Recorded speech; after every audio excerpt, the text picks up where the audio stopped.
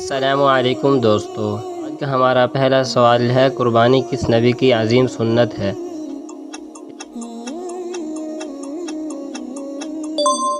اس کا صحیح جواب ہے حضرت ابراہیم علیہ السلام کی۔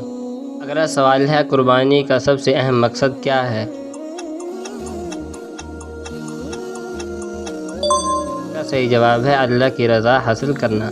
اگلا سوال ہے کس جانور کی قربانی جائز نہیں؟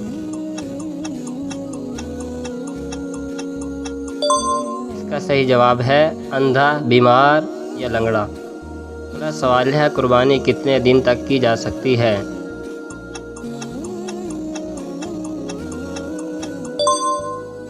صحیح جواب ہے 3 دن تک۔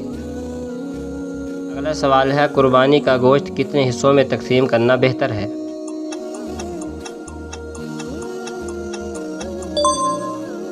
صحیح جواب ہے 3 حصوں میں۔ اگلا سوال ہے ذو الحج کے پہلے 10 دن کیوں اہم ہیں؟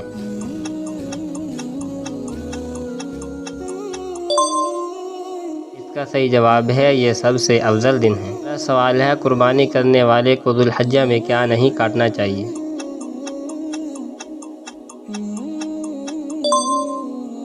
کا صحیح جواب ہے ناخن اور بال۔